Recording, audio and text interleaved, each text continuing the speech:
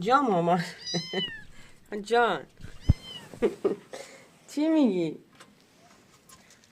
چی میگی مامان؟ جان.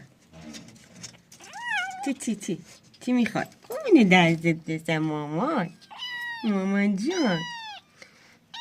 اومدی مامان بیدار کنی؟ تلو قربونت بشه مادر. ساسی کجاست ساسی؟ نقره. اومدن خرابکار اومدن. مامان خود 2 ساعت پیش صبحتون صبحونه دادم. قربونت برم. دکتر گفته خیلی غذاشون نده. جان مامان. سب کنه داره باز میکنم بچه ها ببینین چی کار میکنن.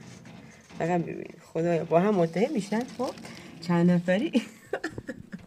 آره قربونت برم مادر. چیکار کردی؟ چی میخوای مامان؟ چی میخوای؟ نوکره این ساسی فضوله. میگم کار همین خراب کاره.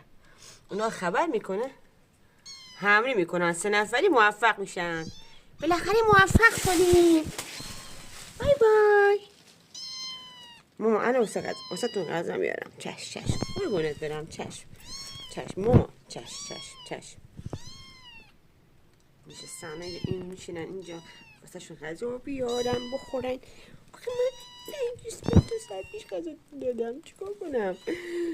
گذاشتم براتون. خب نگاه اونا. دیوس بیا. جان مامان